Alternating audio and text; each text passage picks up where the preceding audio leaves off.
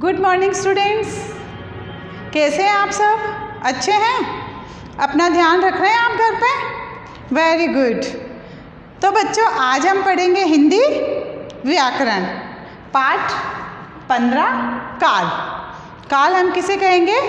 समय को, कि जो हमें कार्य के होने के समय का बोध करवाता है कि कार्य कौन से समय में हो रहा है, तो उसे हम क्या कहेंगे? काल। तो उसे हम काल कहेंगे। आइए देखते हैं। महात्मा बुद्ध अहिंसा के पुजारी थे। तो यहाँ पर थे शब्द जो है हमें समय का बोध करवा रहा है। अध्यापिका कक्षा में पढ़ा रही है, मतलब कि अध्यापिका जो है वो अभी भी कक्षा में पढ़ा रही है। तो यहाँ पर भी ये जो वाक्य है ये हमें समय का बोध करवा रहा है। हम कल घूमने जाएंगे, तो ये भी आने वाले समय का हमें बोध करवा रहा है। महात्मा बुद्ध अहिंसा के पुजारी थे, ये हमें भूतकाल का बोध करवा रहा है कि महात्मा बुद्ध जो थे वो अहिंसा के पुजारी थे। अध्यापिका कक्षा में पढ़ रही है, यह हमें वर्तमान समय का बोध करवा रहा है। हम कल घूमने जाएंगे, ये हमें भविष्य में आने वाले समय का बोध करवा रहे हैं। तो उपयुक्त वाक्यों में ये जो वाक्य दिए गए हैं इनमें सभी का समय अलग अलग है। थे क्रिया से काम के बीते समय में घटने का बोध हो रहा है। ये जो वाक्य हैं इसमें थे जो है ये बीते हुए समय में क्रिया घट चुकी है, तो बीते हुए समय में क्रिया घटने का बोध हो रहा है। पढ़ा रही है तो किसी इसमें क्रिया के वर्तमान में चलने का बोध हो रहा है, तथा जाएंगे क्रिया में काम का आने वाले समय में होने का बोध हो रहा है। तो तीनों वाक्यों में जो है समय का बोध करवाया जा रहा है, उसे हम कहेंगे काल। तो आइए देखते हैं हम काल की परिभाषा। क्रिया के जिस रूप से उसके होने, क्रिया मीन्स कार्य या काम, उसके होने के समय का पता चलता है उसे काल कहते हैं। क्रिया के जिस रूप से उसके होने के समय का पता चलता है कि काम जो हो रहा है, क्रिया जो हो रही है वह किस समय में हो रही है, उसका पता हमें काल से चलता है, उसे हम क्या कहेंगे? काल कहते हैं। इस आधार पर क्रियाओं को अलग अलग भागों में बांटा गया है। इस आधार पे हमने क्रियाओं को जो है अलग अलग भागों में बांटा है, क्योंकि क्रिया के आधार पर ही हम पता लगा सकते हैं कि जो कार्य हो रहा है वो कौन से समय में हुआ है या हो रहा है या होगा, तो हम क्रिया के आधार पर पता लगा सकते हैं। हमने पहला वाक्य पढ़ा था, महात्मा बुद्ध अहिंसा के पुजारी थे। तो ये जो क्रिया है ये बीते समय में हुई है, तो बीते हुए समय में क्रिया हुई है तो हमने यहाँ पर थे लगा दिया, क्योंकि थे जो शब्द था ये बीते हुए समय का बोध कराता है। चल रहे समय में अध्यापिका कक्षा में पढ़ा रही है, तो यहाँ पर चल रहे समय में हो रही क्रिया पढ़ा रही है, तो ये हमारा वर्तमान काल है क्योंकि वो अभी पढ़ा रही है। उसी तरह बीते हुए समय में जो क्रिया हुई थी उसमें थे का प्रयोग हुआ है और वह भूतकाल है। और जो चल रहे समय में क्रिया हो रही, जो समय अभी चल रहा उसमें जो क्रिया हो रही है वो है वर्तमान काल। हम कल घूमने जाएंगे, आने वाले समय में होने वाली क्रिया, मतलब अब जो समय आएगा उसमें वो क्रिया होगी। हम घूमने जाएंगे, अब वो कब घूमने जाएंगे, तो वो आने वाले समय में ये क्रिया होगी। तो ये हुआ हमारा भविष्य काल। तो ये हमने काल के उदाहरण देखे। तो बच्चों, आपको काल की परिभाषा समझ में आ गई कि क्रिया के जिस रूप से उसके होने के समय का पता चलता है उसे काल कहते हैं। तो आइए अब हम देखते हैं काल के भेद। तो देखते हैं हम काल के भेद। तो काल के भेद 3 होते हैं। काल को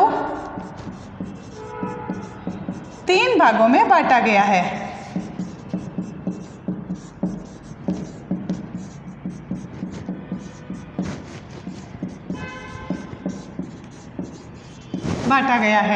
भूतकाल, जो समय बीत चुका है, बीता हुआ समय।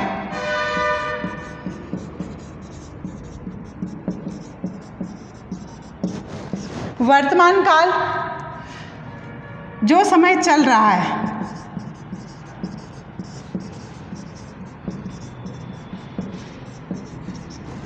भविष्यत काल, आने वाला समय। तो यहाँ पर काल को हमने 3 भागों में विभाजित किया है, भूतकाल, वर्तमान काल और भविष्यत काल। तो सबसे पहले हम देखते हैं भूतकाल। अब इसको हम विस्तार से देखते हैं कि भूतकाल क्या है। तो भूतकाल को देखते हैं। भूतकाल क्रिया के जिस रूप से यह पता चले कि कार्य बीते हुए समय में हो चुका है, उसे भूतकाल कहते हैं। क्रिया के जिस रूप से यह पता चले कि कार्य जो है वो बीते हुए समय में हो गया, अभी नहीं हुआ, आगे नहीं होगा, लेकिन जो समय निकल चुका है उसमें हमारा जो काम था वो हो चुका, हमारी परीक्षाएं खत्म हो चुकी थी, उसके बाद कोरोना महामारी फैल गई, तो ये भूतकाल हो गया। उदाहरण देखते हैं। नानी ने कहानी सुनाई, भूतकाल की सुनाई। अब कब सुनाई हमें नहीं पता। रौनक दुबई गया था, तो गया था सुनाई, भूतकाल, और था भूतकाल। तो ये आपको भूतकाल क्लियर हो गया कि क्रिया के जिस रूप से ये पता चले कि काम जो है वो बीते हुए समय में ही हो चुका है। हमारी परीक्षाएं मार्च महीने में ख़त्म हो चुकी थी, उसके बाद कोरोना महामारी ने भयंकर रूप धारण किया या विकराल रूप धारण किया था, तो वो बीते हुए समय की हम बात कर रहे हैं। तो आइए अब हम देखते हैं भूतकाल के भेद। तो अब हम देखते हैं भूतकाल के भेद। भूतकाल के 6 भेद होते हैं। सामान्य भूतकाल, आसन्न भूतकाल, पूर्ण भूतकाल, अपूर्ण भूतकाल, संदिग्ध भूतकाल, हेतुमद भूतकाल। तो इसमें हम सबसे पहले पढ़ते हैं सामान्य भूतकाल कि सामान्य भूतकाल क्या है। सामान्य भूतकाल क्रिया के जिस रूप से बीते हुए समय में सामान्य रूप से किसी कार्य के होने का बोध होता है, उसे सामान्य भूतकाल कहते हैं। क्रिया के जिस रूप से बीते हुए समय में सामान्य रूप से किसी कार्य के होने का बोध होता है या किसी कार्य का होना प्रकट होता है, उसे हम सामान्य भूतकाल कहते हैं। जैसे उदाहरण में देखिए, मैंने पुस्तक पढ़ी, सामान्य रूप से ये कार्य हुआ है कि मैंने पुस्तक पढ़ी। उसने खाना बनाया, तो ये सामान्य रूप से हमारा काम जो है वो चल रहा था, उसका काम कार्य का होने का बोध हो रहा है, तो ये सामान्य रूप से हमारा कार्य चल रहा था। तो यहाँ पर सामान्य रूप से किसी कार्य के होने का बोध होता है, उसे सामान्य भूतकाल कहते हैं। दूसरा आता है आसन्न भूतकाल। क्या है आसन्न भूतकाल? क्रिया के जिस रूप से हमें यह मालूम हो कि कार्य बीते हुए समय में आरंभ हुआ था, हमें जिस क्रिया के जिस रूप से हमें यह पता चलता है कि कार्य जो है वो बीते हुए समय में शुरू हुआ था और अभी अभी समाप्त हुआ है। बीते हुए समय में कार्य शुरू हो चुका था, लेकिन वो अभी अभी ख़त्म हुआ। मैं कक्षा में आई उससे पहले आपका काम खत्म हुआ है, तो वहाँ पर आसन्न भूतकाल होता है कि काम जो है वो बीते हुए समय में, पिछले पीरियड का काम, जो पिछले पीरियड्स में जो टीचर्स पढ़ा के गई थी वो काम आप कर रहे थे और मेरे आने से पहले ही आपका काम ख़त्म हुआ है, अभी अभी ख़त्म हुआ है, तो वहाँ पर आसन्न भूतकाल होता है। देखिए इसके उदाहरण। पापा ने आपका लेख पढ़ लिया है। अभी उनका काम तो उन्होंने पहले ही शुरू कर दिया था, लेकिन उनका जो लेख पढ़ने का काम अभी अभी ख़त्म हुआ है। गाड़ी चली गई, गाड़ी समय पर आई थी और वो अभी अभी चली गई है, तो ये हमें आसन्न भूतकाल का बोध करवा रहे हैं। तीसरा हम पढ़ते हैं पूर्ण भूतकाल। पूर्ण भूतकाल में क्या होगा? क्रिया के जिस रूप से यह पता चले कि भूतकाल में बहुत पहले ही जो कार्य शुरू हुआ था वो समाप्त हो चुका है।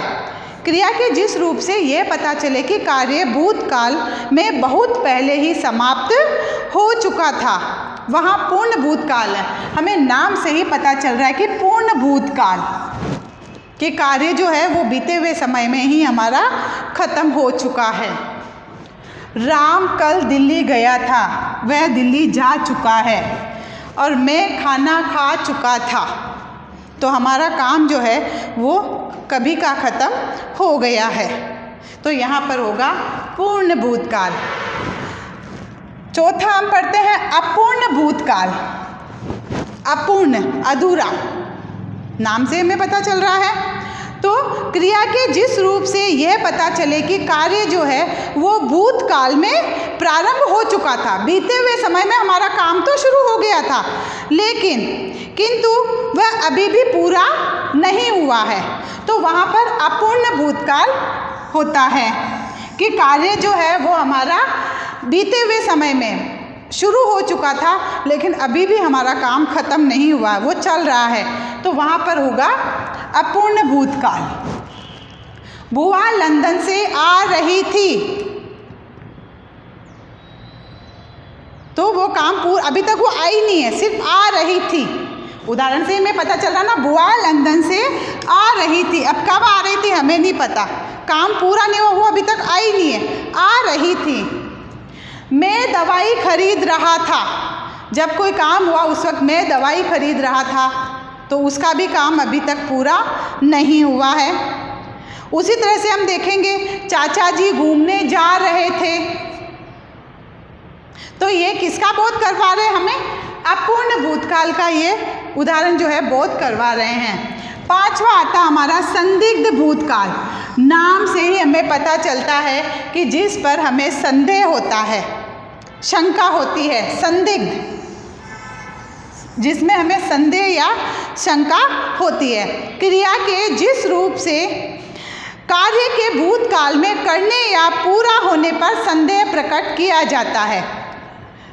क्रिया के जिस रूप से कार्य के भूतकाल में पूरा होने पर संदेह या शंका प्रकट की जाती है, वहाँ पर संदिग्ध भूतकाल होता है।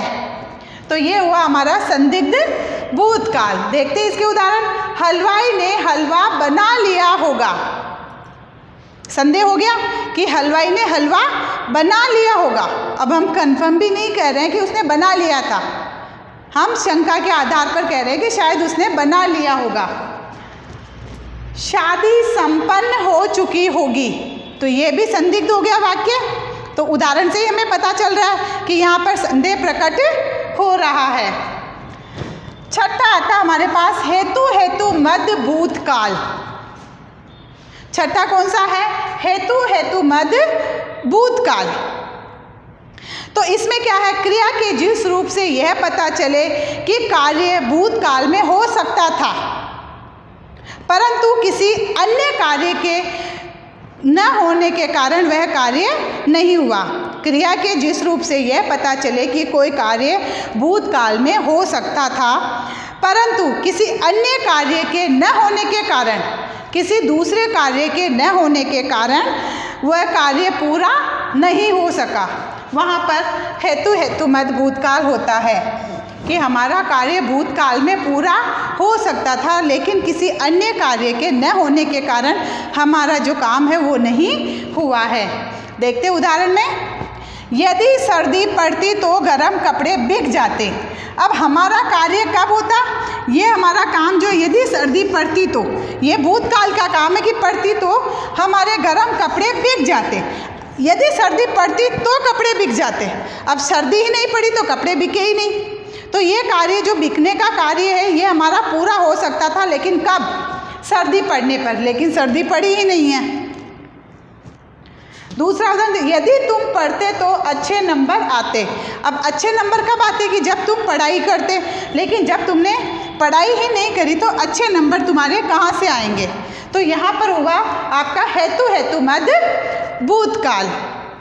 तो बच्चों आपको भूतकाल के भेद समझ में आ गए। सामान्य भूतकाल में क्रिया जो है सामान्य रूप से चलती है, आसन्न भूतकाल में जो है क्रिया से ये मालूम होता है कि काम जो है वो बीते समय में प्रारंभ हो चुका था लेकिन और अभी अभी खत्म हुआ है। पूर्ण भूतकाल में क्रिया जो है वो भूतकाल में शुरू होकर भूतकाल में ही समाप्त हो चुकी होती है। अपूर्ण भूतकाल कि जो कार्य है वो भूतकाल में प्रारंभ तो हो चुका था लेकिन अभी खत्म नहीं हुआ है। संदिग्ध भूतकाल कि कार्य के होने में संदेह किया जाता है। हेतु मत भूतकाल कि हमारा एक काम नहीं हुआ उसकी वजह से दूसरा कार्य भी रुक गया है, कि हमारा काम तभी पूरा हो सकता था जब दूसरा उसका कोई कारण था वो पूरा होता तो ये हुए हमारे भूतकाल के भेद।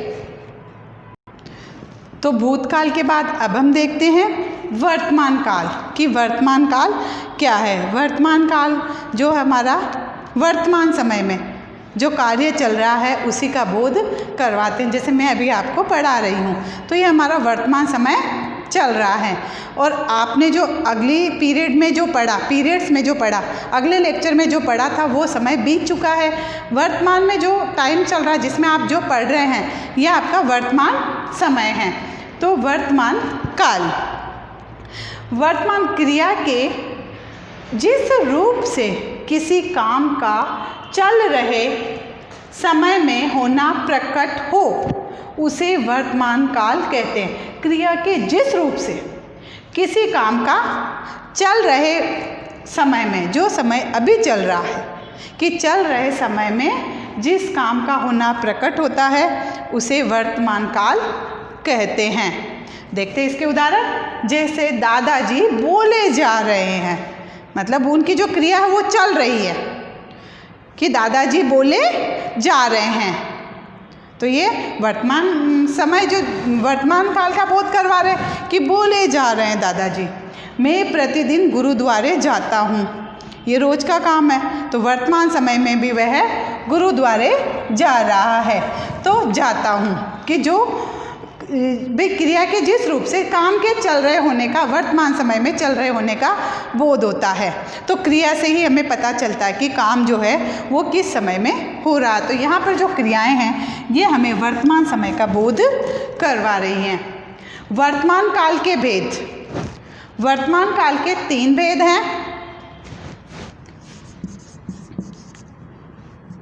वर्तमान काल के 3 भेद होते हैं, 3 भेद हैं। सामान्य वर्तमान काल, अपूर्ण वर्तमान काल, संदिग्ध वर्तमान काल, ये तीनों ही वर्तमान काल के भेद हैं। तो सबसे पहले हम देखते हैं सामान्य वर्तमान काल। सबसे पहले हम देखेंगे सामान्य वर्तमान काल। बच्चों ये पाठ पढ़ते हुए आपको अपनी बुक ओपन रखनी है ताकि आप उस पाठ को अच्छे से समझ सको और पूरा ध्यान आप अपनी बुक पर दीजिए। तो देखते हैं सामान्य वर्तमान काल कि सामान्य वर्तमान काल क्या है। क्रिया के जिस रूप से चल रहे समय में सामान्य रूप से काम का होना प्रकट होता है, कि क्रिया के जिस रूप से चल रहे समय में, जो समय चल रहा है उसमें कार्य का सामान्य रूप से होना प्रकट होता है कि काम जो है वो सामान्य रूप से चल रहे समय में हो रहा है। तो वहाँ पर सामान्य वर्तमान काल होता है। क्रिया के जिस रूप से चल रहे समय में सामान्य रूप से कार्य का होना प्रकट होता है वहाँ पर सामान्य वर्तमान काल होता है। उदाहरण देखते हैं हम इसके। शबाना कहानी पढ़ती है, मतलब वर्तमान समय में भी वो पढ़ रही है। तो शबाना कहानी पढ़ती है, ये उसका रोज का काम है और बीते हुए समय में भी वो यही कर रही है। तो शबाना कहानी पढ़ती है। आशी चित्र बनाती है, उसने बनाना भी बंद नहीं किया, वो भविष्य में भी नहीं बनाएगी, मतलब वो उसका जो काम है वो वर्तमान में चल रहा है। शबाना का कहानी पढ़ना और आशी का चित्र बनाना सामान्य रूप से ये काम चल रहा है। प्रभा भाई को तैयार करती है। तो ये इसके उदाहरण है। दूसरा देखते हैं हम अपूर्ण वर्तमान काल। अपूर्ण, जैसा कि हमें नाम से ही पता चल रहा है कि अपूर्ण वर्तमान काल क्या है। कि काम शुरू तो हो रहा होगा लेकिन वर्तमान समय में काम पूरा नहीं हो रहा होगा, जब भी ये अपूर्ण वर्तमान काल है। जैसा कि हमने भूतकाल में भी पढ़ा था अपूर्ण भूतकाल, उसी तरह से अपूर्ण वर्तमान काल भी हैं। क्रिया के जिस रूप से यह पता चले कि कार्य जो है वो वर्तमान समय में शुरू हो चुका है, मतलब वर्तमान समय में काम तो शुरू हो गया है लेकिन वह अभी भी चल रहा है। काम जो है वह वर्तमान समय में शुरू हो चुका है और अभी भी वो काम चल रहा है, पूरा नहीं हुआ। अब कब पूरा होगा ये भी हमें नहीं पता, इसीलिए ये हुआ अपूर्ण वर्तमान काल। गायिका भजन गा रही है, अब उसने वर्तमान चल रहे समय में भजन गाना तो शुरू कर दिया लेकिन वो अभी भी गा रही है, उसका भजन कब खत्म होगा हमें नहीं पता। पापा सब्जी लेने जा रहे हैं, ये भी चल रहे समय में हो रहा लेकिन हमारा काम अभी पूरा नहीं हुआ है, इसलिए ये क्या हुआ अपूर्ण वर्तमान काल। समझ में आ गया बच्चों आपको अपूर्ण वर्तमान काल। तीसरा हम देखते हैं संदिग्ध वर्तमान काल, जिसमें संदेह की स्थिति होती है। हमने भूतकाल में भी यही पढ़ा था कि जिसमें संदेह की स्थिति होती है वहाँ पर संदिग्ध वर्तमान काल होता है। क्रिया के जिस रूप से चल रहे समय में किसी काम के होने में संदेह प्रकट होता है, वर्तमान समय में जो कोई काम चल रहा है उसके होने में जहाँ संदेह प्रकट होता है वहाँ संदिग्ध वर्तमान काल होता है। तो यह है संदिग्ध वर्तमान काल। दुबई में गर्मी पड़ रही होगी, अब हमें कंफर्म भी नहीं है कि पड़ रही या नहीं, हम शंका के आधार पर कह रहे हैं, संदेह के आधार पर कह रहे हैं कि दुबई में गर्मी पड़ रही होगी। तो ये हो गया संदिग्ध वर्तमान काल। फूफा जी आ रहे होंगे, ये भी पक्का नहीं है, इसमें भी हम संदेह में हैं कि फूफा जी जो है वो आ रहे होंगे, पक्का नहीं है, सिर्फ संदेह हम प्रकट कर रहे हैं। तो ये हुआ हमारा संदिग्ध वर्तमान काल। तो बच्चों आपको तीनों ही समझ में आ गए। सामान्य वर्तमान काल में तो जो चल रहा समय उसमें काम जो है वो सामान्य रूप से हो रहा होता है। अपूर्ण वर्तमान काल में कार्य वर्तमान समय में पूरा हो गया लेकिन अभी भी वह चल रहा है, इसीलिए वो हुआ अपूर्ण वर्तमान काल। संदिग्ध वर्तमान काल, संदिग्ध वर्तमान काल में जो वर्तमान समय में जो काम चल रहा है उसमें संदेह प्रकट हो रहा है कि वो हुआ या नहीं है। तो ये हुआ आपका वर्तमान काल। तो बच्चों अब हम पढ़ते हैं भविष्यत काल। अब तक हमने भूतकाल पढ़ा, वर्तमान काल पढ़ा, जो बीत चुका था, जो वर्तमान समय में चल रहा है, ये दो हमने पढ़ लिए। अब देखते हैं कि आने वाले भविष्य में क्या होगा। तो अब हम पढ़ते हैं भविष्यत काल। क्रिया के जिस रूप से यह पता चले कि कार्य आने वाले समय में होगा, क्रिया के जिस रूप से हमें यह पता चलता है कि कार्य जो है वो आने वाले समय में पूरा होगा, आज नहीं, आज जो भी वर्तमान जो चल रहा है उसमें नहीं, लेकिन अब जो समय आएगा उसमें हमारा काम जो है वो पूरा होगा। हमारा जो कार्य है वो आने वाले समय में पूरा होने से यह मतलब नहीं है कि हमारा जो काम होगा वो आने वाले समय में होगा, तो वहाँ उसे भविष्यत काल कहते हैं। क्रिया के जिस रूप से यह पता चले कि कार्य आने वाले समय में होगा उसे भविष्यत काल कहते हैं। उदाहरण, मैं बड़ा होकर वकील बनूंगा। अब बच्चा है वो पढ़ेगा लिखेगा, बड़ा होगा, उसके बाद वकील बनेगा, तो वकील वो आने वाले समय में बनेगा, तो उसका जो काम है वकील बनने का वह आने वाले समय में पूरा होगा। तुम काम कब तक समाप्त कर लोगे? तुम अपना जो काम है वह कब तक समाप्त कर लोगे? आने वाले समय की बात हो रही है। अब देखते हैं हम भविष्य काल के भेद। भविष्यत काल के दो भेद हैं।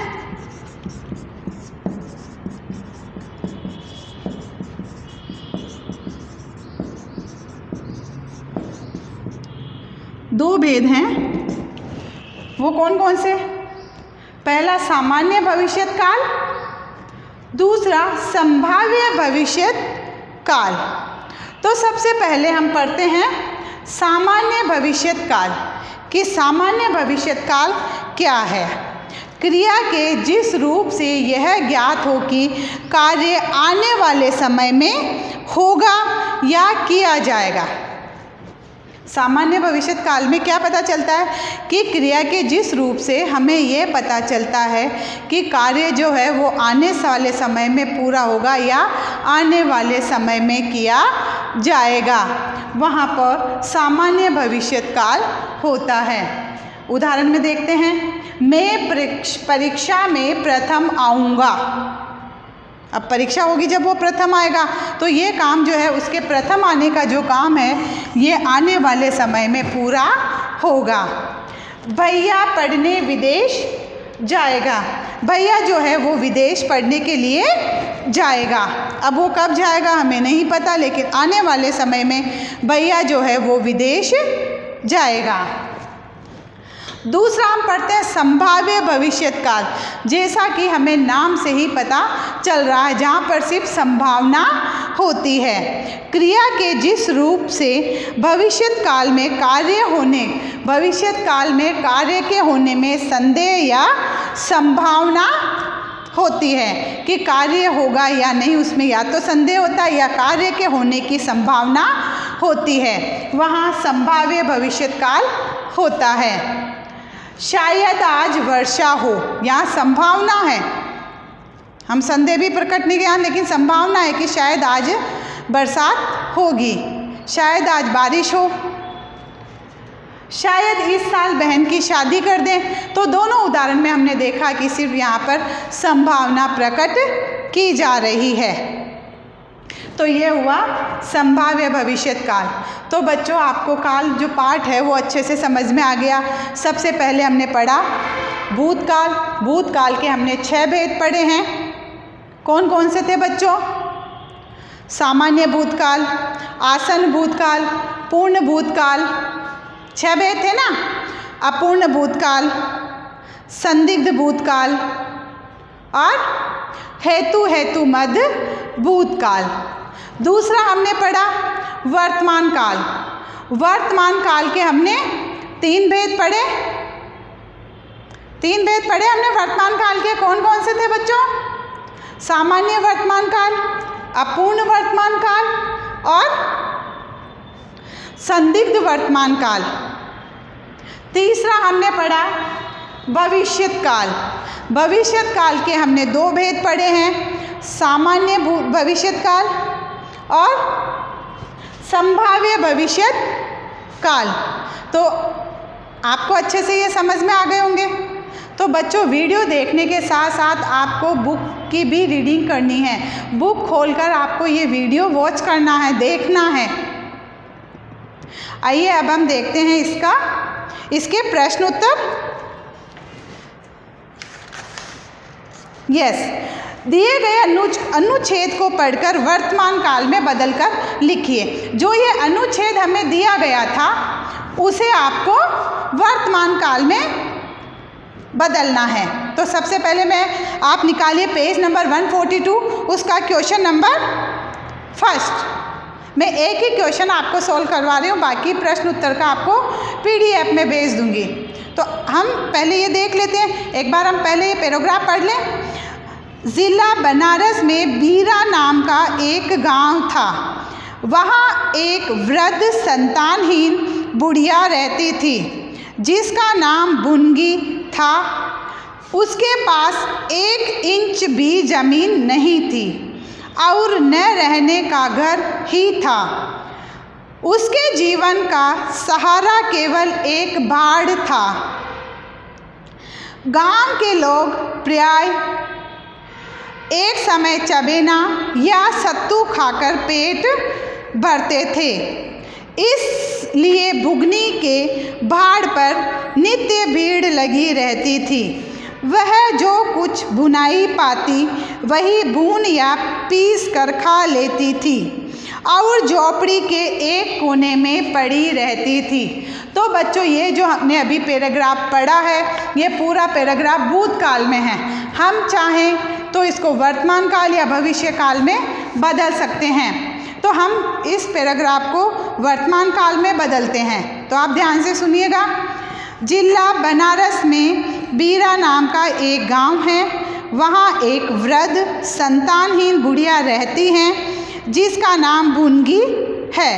उसके पास 1 इंच भी ज़मीन नहीं है और न ही रहने का घर है। उसके जीवन का सहारा केवल एक बाड़ है। गांव के लोग प्राय एक समय चबेना या सत्तू खाकर पेट भरते हैं। इसलिए बुनगी के बाड़ पर नित्य भीड़ लगी रहती है।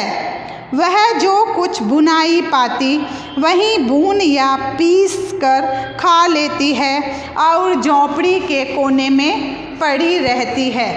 क्वेश्चन नंबर 2 का आपके पास PDF आएगा। क्वेश्चन नंबर 3 देखिए, दिए गए अनुच्छेद को पढ़कर भविष्य काल में बदलकर लिखिए। हमने पहले भूतकाल वाला जो वाक्य था उसको वर्तमान काल में बदला। अब जो वाक्य पढ़ेंगे वो वर्तमान काल का है और हमें भविष्य काल में बदलना है। पहले हम पैराग्राफ पढ़ लेते हैं। विश्व प्रसिद्ध पिरामिडों और मम्मियों के देश इजिप्ट के लिए दिल्ली से हम गल्फ एयरलाइंस की उड़ान से रवाना हुए। इजिप्ट की राजधानी कैरो पहुंचने के लिए बहरीन से दूसरी उड़ान लेनी होती है जो पूरे 4 घंटे बाद मिलती हैं। यहाँ का समय भारत के समय से पूरे 3 घंटे पीछे चलता है। बहरीन के हवाई अड्डे पर उतरे तो वहाँ अधिकतर भारतीय चेहरे ही देखने को मिले। अब इसे हमें भविष्य काल में बदलना है। विश्व प्रसिद्ध पिरामिडों और मम्मियों के देश इजिप्ट के लिए दिल्ली से हम गल्फ एयरलाइंस की उड़ान के लिए रवाना होंगे। इजिप्ट की राजधानी कैरो पहुंचने के लिए बहरीन से दूसरी उड़ान लेनी होगी जो पूरे 4 घंटे बाद मिलेगी। यहाँ का समय भारत के समय से पूरे 3 घंटे पीछे चलेगा। बहरीन के हवाई अड्डे पर उतरेंगे तो वहाँ अधिकतर हमें भारतीय चेहरे ही देखने को मिलेंगे। तो ये बच्चों आपका पार्ट 15 जो है यहीं ख़त्म हुआ है। आप बुक खोलकर पार्ट अच्छे से पढ़िए और प्रश्न उत्तर कॉपी में नीट एंड क्लीन करिए बच्चों, क्योंकि आपको घर पर रहकर पढ़ाई करनी है। वीडियो आप केयरफुली देखिए, बुक का चैप्टर आप इसके साथ के साथ रीडिंग कीजिए तो आपको ये सारी जो बुक के चैप्टर्स हैं अच्छे से समझ में आएंगे।